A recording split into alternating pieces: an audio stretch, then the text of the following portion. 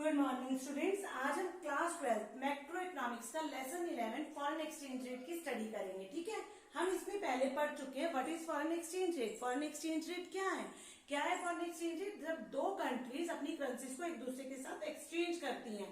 एक देश की जो हम करेंसी, अगर मान लो मैं यूएसए का डॉलर लेना चाहती हूँ, उसके लिए मैं कितनी इंडियन करेंसी देने को रेडी हूँ, उसको हम क्या कहेंगे? Foreign exchange rate. उसके बाद हमने स्टडी किया था एक्सचेंज रेट कहां पे डिसाइड होगी, जहां पर डिमांड और सप्लाई एक दूसरे को कट करते हैं। फिर हमने स्टडी किया था एक्सचेंज रेट टू टाइप्स की है, फिक्स्ड और फ्लेक्सिबल। फ्लेक्सिबल एक्सचेंज रेट थी जिसके बारे में पहले कंप्लीट स्टडी कर चुकी है। फ्लेक्सिबल एक्सचेंज रेट क्या है? उसको हम फ्री एक्सचेंज रेट कहते हैं या फ्लोटिंग एक्सचेंज रेट कहते हैं। उसमें क्या था फ्लेक्सिबल एक्सचेंज रेट में कि कौन डिसाइड करता था एक्सचेंज रेट? इंटरनेशनल मार्केट में डिमांड और सप्लाई की फोर्सेस के द्वारा डिसाइड की जाती थी। उसमें हमने दो सिचुएशंस पढ़ी थी, डेप्रिसिएशन और एप्रिसिएशन। आज स्टूडेंट्स जो हम स्टडी करेंगे वो क्या है? Fixed exchange rate. Fixed exchange rate क्या होती है? जैसा कि नाम से पता चल रहा है कि ये फिक्स है। इसे कौन फिक्स करता है? गवर्नमेंट। गवर्नमेंट डिसाइड करती है कि कितनी एक्सचेंज रेट हमें फिक्स करनी है। मतलब गवर्नमेंट को इकोनॉमी में एक्सचेंज रेट इक्विलिब्रियम लेवल से अपर करनी है या लोअर करनी है, ये गवर्नमेंट का डिसीजन होता है। कई बार क्या होती है कि गवर्नमेंट हायर लेवल पे कर देती है इक्विलिब्रियम लेवल से, या कई बार लोअर लेवल पे कर देती है। ठीक है, fix exchange rate it is set to be fixed when it is set and maintained by the government. It is set to be fixed. इसको हम फिक्स कहते हैं। कब फिक्स कहते हैं? जब ये मेंटेन की जाती है या डिसाइड की जाती है। किसके द्वारा? हमारी गवर्नमेंट के द्वारा। The government may set it at a level higher or lower than the equilibrium exchange rate. Government इसको या तो हायर लेवल पे डिसाइड करती है या फिर लोअर लेवल पे। जैसे कि देखो हम क्या करते हैं, ये डिमांड और सप्लाई फोर्सेस यहाँ पे एक दूसरे को कट करते हैं तो हमारा इक्विलिब्रियम लेवल यहाँ पे आ जाता है। यहाँ पे हमारी एक्सचेंज रेट डिसाइड होती थी ना। लेकिन अब इसमें क्या होगी, यहाँ तो गवर्नमेंट हायर इस लेवल पे करेगी या फिर लोअर इस लेवल पे करेगी। ये गवर्नमेंट का डिसीजन होगा कि वो इक्विलिब्रियम एक्सचेंज रेट से ऊपर डिसाइड करती है या नीचे डिसाइड करती है। ठीक है, अब जिस तरीके से हमने उसमें स्टडी की थी 4 सिचुएशंस की, अब हम इसमें 2 सिचुएशंस हैं जिनकी हम स्टडी करेंगे। कौन कौन सी? Exchange rate higher than the equilibrium exchange rate. पहली सिचुएशन क्या है? Exchange rate higher than the equilibrium exchange rate. और हमारी सेकंड सिचुएशन है exchange rate lower than the equilibrium exchange rate.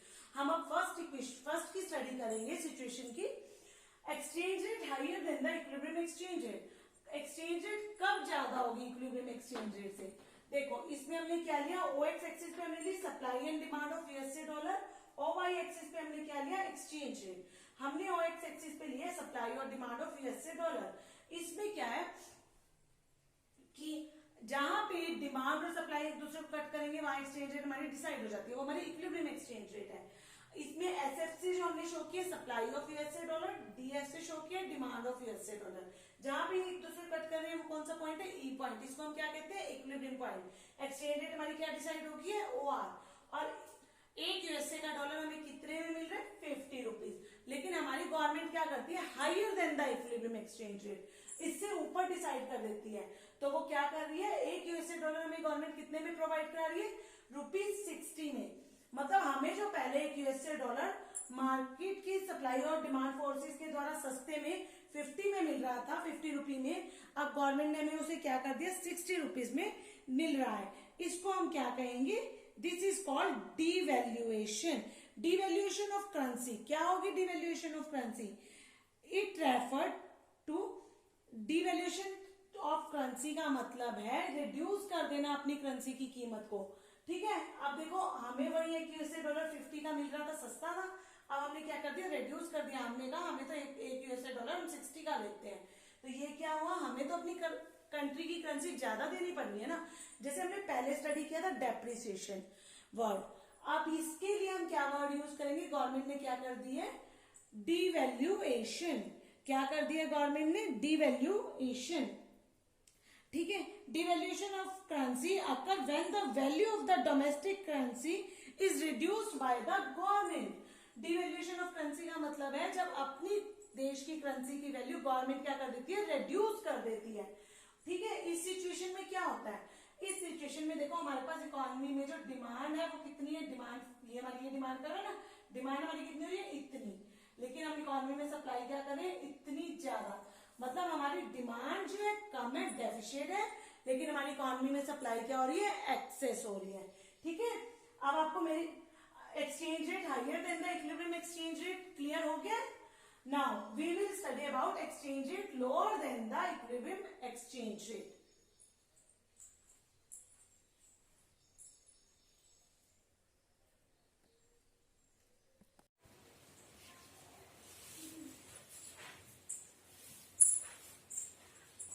Students, अब हम स्टडी करते हैं exchange rate lower than the equilibrium exchange rate. जैसे कि हमने पहले पढ़ा exchange rate higher than the equilibrium exchange rate, मतलब अगर एक यूएसए का डॉलर 50 रुपीज का मिलता है तो हम हायर क्या कर देंगे, 60 का। अब ये लोअर है तो इसमें हमें कम करना है। ठीक है, इसमें हमने ओ एक्स एक्सिस पे सेम चीज ली, supply and demand of USA dollar. O Y axis पे हमने क्या लिया, एक्सचेंज रेट। ठीक है, और एफ हमारा क्या शो करता है, supply of USA dollar. DF हमारा क्या शो करता है, डिमांड ऑफ यूएसए डॉलर। जहां ये एक दूसरे को कट करते हैं वो कौन सा पॉइंट होता है, इक्विलिब्रियम पॉइंट। तो एक्सचेंज रेट हमारी क्या डिसाइड है, OR। और हमारा $1 यूएसए का हमें कितने का मिल रहा है, 50 का। लेकिन गवर्नमेंट क्या कर देती है, इसको कम कर देती है। गवर्नमेंट एक यूएसए डॉलर ₹40 का देती है। तो इसको, इस चीज को हम क्या कहेंगे, जैसा कि हमने पीछे पढ़ा था, डिवैल्यूएशन और डेप्रिसिएशन, दोनों ही डिफरेंट कंडीशंस थी। अब इस सिचुएशन को हम कहेंगे रिवैल्यूएशन। ठीक है, और रिवैल्यूएशन हमने पहले इसके लिए क्या वर्ड यूज किया था, फ्लेक्सिबल एक्सचेंज रेट में एप्रिसिएशन। रिवैल्यूएशन और एप्रिसिएशन दोनों ही अलग अलग वर्ड्स हैं, दोनों के मतलब अलग है।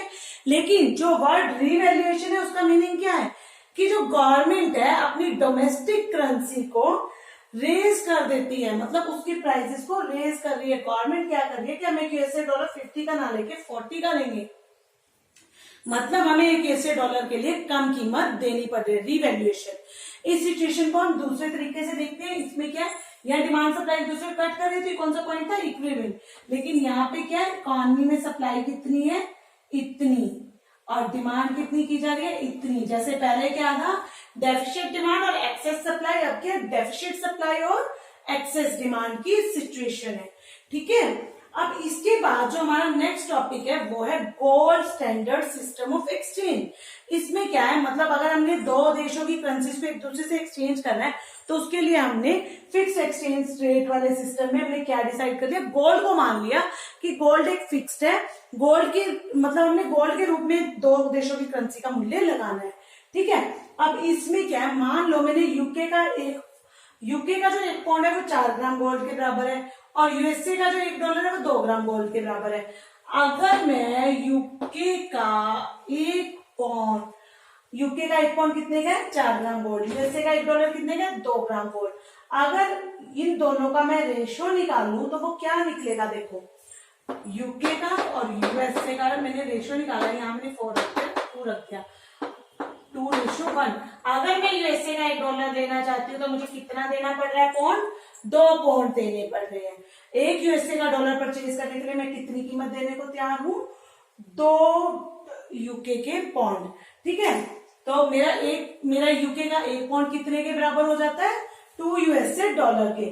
ठीक है, इस सिस्टम को हम क्या कहते हैं, इस सिस्टम को हम कहते हैं मिंट पर सिस्टम। क्या कहते हैं हम इसको, इस सिस्टम को हम कहते हैं mint par value of exchange system. Second हमारा सिस्टम है Bretton Woods system of exchange. ये भी हमारा एक पुराना सिस्टम है जो फिक्स्ड एक्सचेंज रेट का सिस्टम है। इस सिस्टम में क्या है कि इस सिस्टम को हम कहते हैं एडजस्टेबल पैक, मतलब इसको हम एडजस्ट कर सकते हैं। इसमें क्या है कि जो भी देश है उनकी मतलब हमने अगर डिफरेंट कंट्रीज है उन्होंने एक दूसरे के साथ एक्सचेंज करा तो किस में करेंगे, यूएसए डॉलर में। और यूएसए डॉलर की वैल्यू हम किस चीज में काउंट करेंगे, गोल्ड की फॉर्म में। और वो गोल्ड की फॉर्म में गोल्ड क्या होगा, सभी कंट्रीज को वो मान्य होगा, मतलब सभी कंट्रीज के लिए एप्लीकेबल होगा। और इसमें क्या होगा, ये इंटरनेशनल मनी मार्केट या IMF इंटरनेशनल मॉनेटरी फंड जो है इसको एडजस्ट करता है। तो ये हमने इसमें फिक्स एक्सचेंज रेट में कौन कौन से सिस्टम है, gold standard system of exchange, मतलब जो भी कंट्रीज की करेंसी है उसकी वैल्यू हमें किस में लेनी है, गोल्ड में। सेकेंड है Bretton Woods system of exchange. इसमें क्या होता है, इसमें हम एडजस्टेबल है, इसमें हम जो है यूएसए के डॉलर की फॉर्म में ले रहे हैं, लेकिन उसको भी हमने क्या कर दिया, बाद में उसकी वैल्यू हमने गोल्ड की फॉर्म में ले ली, और बाद में क्या कर दिया, आईएमएफ इसको एडजस्ट भी कर सकता है। ठीक है स्टूडेंट्स, आज हमने क्या स्टडी किया कि फिक्स एक्सचेंज रेट क्या है, फिक्स एक्सचेंज रेट कहाँ पे डिसाइड होती है, और उसके अलावा gold standard system of exchange क्या है या Brayton would system of exchange क्या है। इसके बाद आप मुझे बताओ फ्लेक्सिबल और फिक्स्ड एक्सचेंज रेट हम दोनों स्टडी कर चुके हैं, इन दोनों में डिफरेंस क्या है। देखो जो फ्लेक्सिबल एक्सचेंज रेट है वो क्या है, मार्केट में डिमांड और सप्लाई फोर्सेस डिसाइड करती है, और जो फिक्स्ड है उसे कौन करता है, गवर्नमेंट करती है। जो फ्लेक्सिबल है वो टाइम पे चेंज होती है, जो फिक्स्ड है वो गवर्नमेंट के द्वारा डिसाइड की जाती है, या तो हायर इक्विलिब्रियम लेवल होगी या लोअर इक्विलिब्रियम लेवल होगी। और उसमें मेन रोल जो फ्लेक्सिबल में होगा उसमें मेन रोल किसका है, इंटरनेशनल मनी मार्केट में डिमांड और सप्लाई फोर्सेस का, और इसमें किसका मेन रोल है, गवर्नमेंट का। ठीक है स्टूडेंट्स, तो हमने जो ये दोनों सिस्टम्स की स्टडी की, फ्लेक्सिबल और फिक्स्ड, आई होप आप सबको समझ आ गए होंगे, क्लियर हो गए होंगे। Thank you and have a nice day.